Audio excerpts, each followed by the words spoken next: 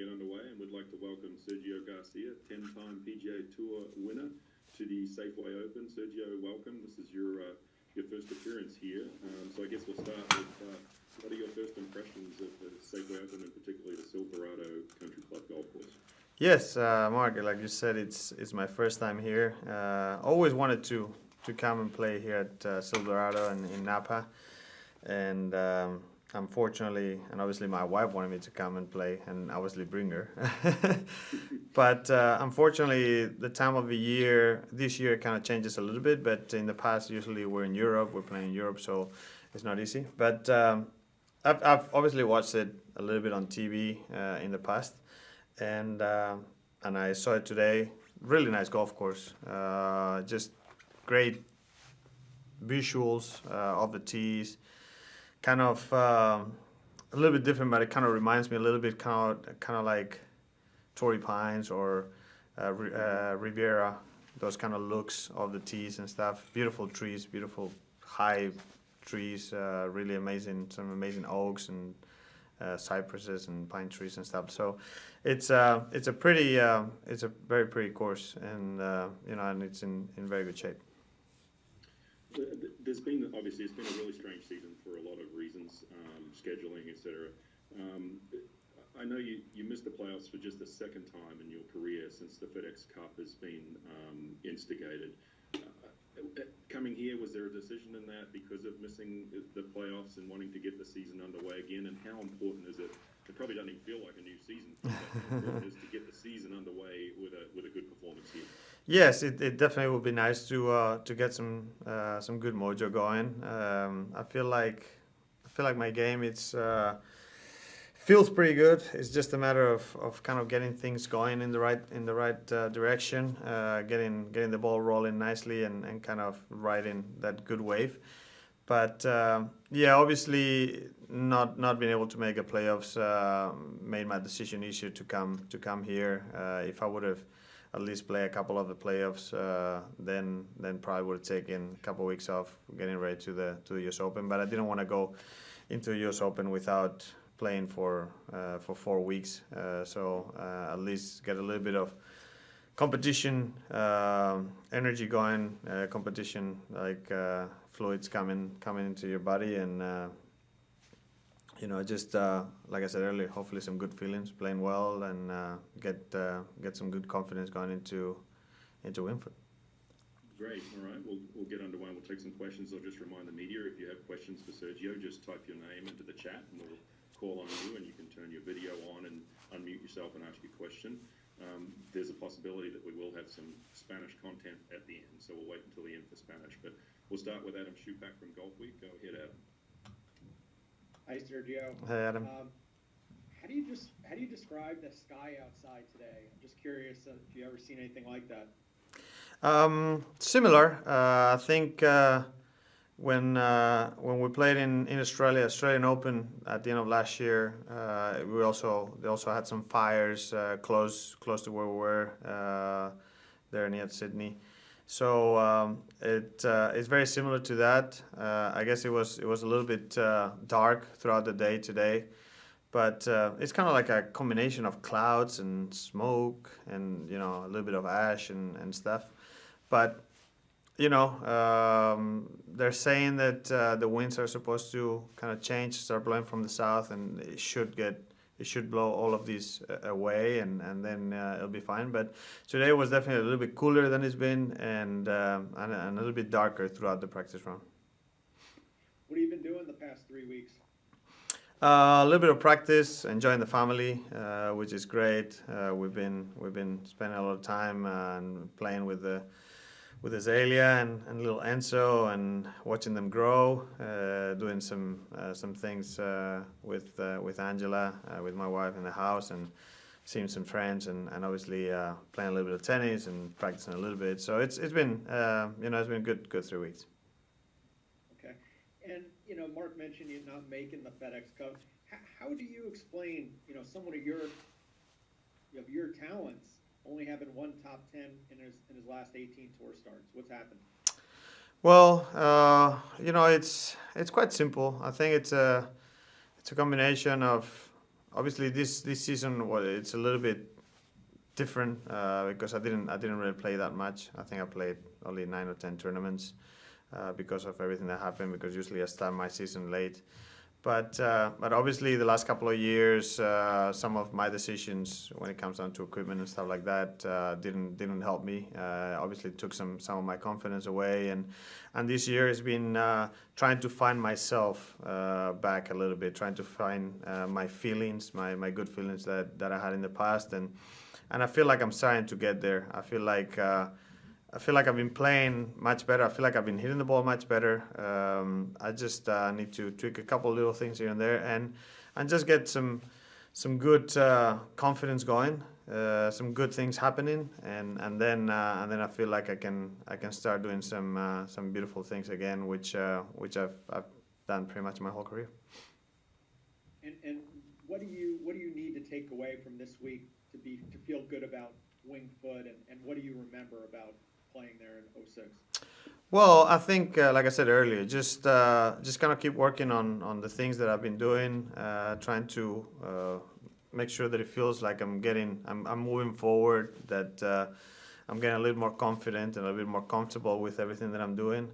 And that doesn't mean that I need to win or I need to finish top 5 or something. Obviously, it would be great to have an amazing week and hopefully have a great chance at winning.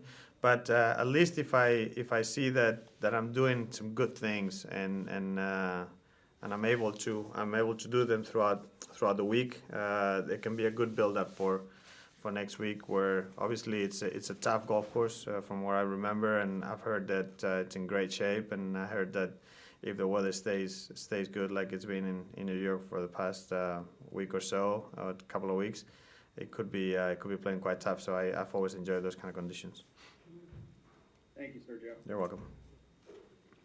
Hey, thanks, Adam. We'll go to Ben Everell with PGAtour.com, and then we'll come along to Ron. Thank you. Hey, Sergio. How you going, mate? How are you? Good. Yeah, the Aussie Open was a bit different, wasn't it? I think that's Yes. as well. But, mate, can you talk to, you mentioned spending time with the family. Can you talk to sort of trying to figure out that work-life balance now that you're at this stage of your career and trying to, I guess, get the motivation and the prep right when you do come out on tour while still getting to be part of your family in those off weeks? Yeah, I mean, the great thing is that I have a great wife that understands what I do for a living, and she knows how much of our life golf is a part of. So that's great. But yeah, it definitely changes. I'm not gonna lie. Now, as soon as I finish practicing, I just want to get back home as quickly as possible so I can see everyone and enjoy our time together. But I try to prep as much and as well as I did in the past. There's no doubt that your mentality kind of changes a little bit as you become a father and you have a family and stuff. But but it's all great things, and trying to enjoy them and do them as well as possible. Okay, thanks. And can I ask, when you see the success of Jon Rahm, is that something that fires you up, as a fellow Spaniard? Like, do you enjoy that, and does it give you hunger to sort of get back to your best? Yeah, for sure, and it makes me feel proud as a Spaniard. It makes me feel proud to see another Spanish player playing and doing as well as he's doing. It's great. The same way that when I was coming out and Sevi and Olazabal were watching me, I know that they were proud of the way I was doing, not only for golf but for Spain, and that's the way I see it also with Jon and with any Spanish player that plays well. So it's definitely it's definitely great to see him doing so well, and I want to keep working hard to make sure that I can get as close to his level and DJs and Rory's and everyone where I've spent most of my career fighting against. Thanks, mate. Appreciate it. Thank you. All right, thanks, Ben. Next we'll go to Ron Krochek for the San Francisco. Go ahead, Ron. Sergio, thanks for joining us today. Thank you. What do you think of Jim Furyk and Phil Mickelson they each played once on the Champions Tour and won right away. And sort of that decision of weighing whether to go on the Champions Tour or stay on the PGA Tour, and I realize you're 9-10 years away from that. But how do you sort of weigh? How do you think you sort of weigh that decision when you get there? And curious your thoughts on what they're doing. I don't know. Obviously, it's difficult for me to talk about what's going on in their heads, and it's difficult for me to say exactly what's happening until I get in that position. It's obviously the only thing I can tell you is that probably 4 or 5 years ago, I was probably thinking, I'm not even sure if I'll play the Champions Tour. I probably play very little, and kind of like just relax and whatever. Now I look at it and I say, you know what? Looking at it in a different way. When I turned 50, I kind of become the young gun again, on the Champions Tour. So like 50 is the young gun. So it is kind of fun to have that possibility, and it also obviously depends. You wanna. I understand that you wanna play on the main tour, on the PGA Tour, because it's the best tour and it's where the highest level is played. And if you feel like you can still do it consistently, you want to. At the same time, I think if you're playing on the PGA Tour and when you feel like you're playing great, you finish in 15th, 20th or something like that, playing great, then probably it's time to say, you know what, I'd rather go somewhere where playing at this level, I know that I have a chance of winning every week or almost every week, than having a great week and saying, I played amazing this week and I finished 20th. So we're all competitors at the end of the day, and we enjoy winning. It's not the main thing, but it's a funny balance in between those two situations, I guess. And if I can ask one unrelated follow-up question, I know a lot of thoughts are on the U.S. Open and getting ready for next week, but as a Masters champion, what are your thoughts about a Masters here on the horizon in November? I mean, such an unusual scenario, and we're all used to Augusta in the spring. Totally. What do you think that's going to be like? I don't know. I wish I could tell you. I don't think I've ever played Augusta in November, at least not that I can remember. So, but I've talked to some people and some of the players and stuff, and a lot of the guys that live around the Atlanta, Augusta area. They've told me that the weather there usually is great in November. It's like mid-70s, low 70s, so beautiful weather. I don't know if it's good enough weather for the azaleas to be blooming perfectly, but I'm sure Augusta will do something about that. But for the course, it could be great. No storms. You can have the course nice and firm. The grass should be growing nicely. So it's exciting to see how the course will play at that time. Thank you. Appreciate it. Thank you. Thanks, Ron. We've got a couple more lined up. We'll go back to Adam Schupak, the Golf Week, and then we'll come to Sean. Sergio, today the PGA Tour announced the finalists for Player of the Year, and I'm just wondering, I'm not putting you on the spot as to who you pick, but if you want to, who you pick, but just what is your... Who did they put? Because I haven't even seen it. Sorry. So it's Dustin, it's Colin Morikawa, it's Justin Thomas, John Rahm, and I'm forgetting one person. But what is your thought process on picking a Player of the Year? Is it majors? Is it victories? Is it what matters to you? It's a good question. I think that obviously FedEx Cup is important. The way DJ's played the last 3 months, it's 2.5, 3 months. It's been very impressive. And even though after having 2 really bad weeks, the way he overcame those and played so well. So, yeah, obviously majors are important, without a doubt. But unless you win like at least two majors, and you don't win the FedEx Cup, then you would consider someone to be Player of the Year in my eyes.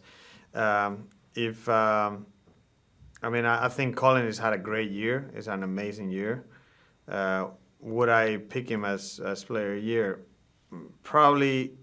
He had a great year. He finished pretty well on the FedEx Cup.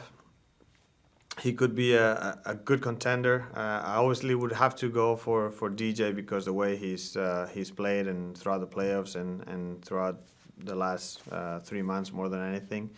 But at the same time, obviously John has been very, very consistent throughout the whole year, winning a couple of times and being very close to winning the FedEx Cup. So it probably kind of feels like this year, because there's only been one major, there's more candidates than maybe in the past, when you would have maybe two candidates, one that wins the FedEx Cup and one that wins a couple majors or something like that.